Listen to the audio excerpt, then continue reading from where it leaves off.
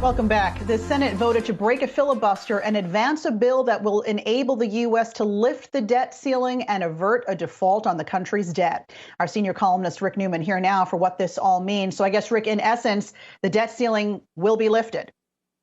Right. Republicans basically stepped out of the way. That's what this procedural vote means. This is not a vote in itself to raise the debt ceiling, but it means Democrats are going to be able to do that in the Senate with just 50 votes rather than the 60 they would need to overcome a filibuster. So it's going to get raised. This is not an issue. And another bit of good news here, it's probably going to get raised past the November 22 midterm elections. So we may not have to worry about this until after the midterm elections next year. That's good.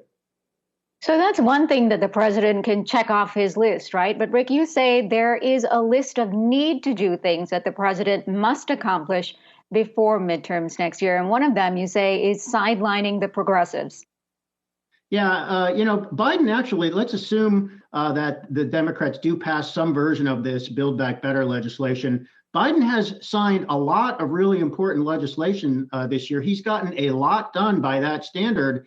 And yet, look what's happened to his approval rating. It's down by about 12 points from where he started. It's not up. In fact, his approval rating is very weak right now. So what's going on? I think what's happening here is all these Democratic bills. This is not what voters sent Biden to Washington to do. If you go back and you look at the exit polls and what voters said after the 2020 election, they wanted President Biden to get the pandemic, the COVID pandemic, under control and to return the United States to a sense of normalcy. And look around, America is not back to normal. So if Biden is and his fellow Democrats are going to have any hope of holding on to Congress, I think in the 2022 midterms, Biden needs the country to get back to normal. And it's all about COVID. It is not about social welfare and green energy, at least politically, it's not. So if Biden wants to woo back those moderate suburbanites and some of the working class voters who switched from Trump to Biden in 2020, I think he needs to get back to focusing on getting the country back to normal and not so much on what are generally progressive priorities, the social welfare and green energy stuff that's in all that legislation.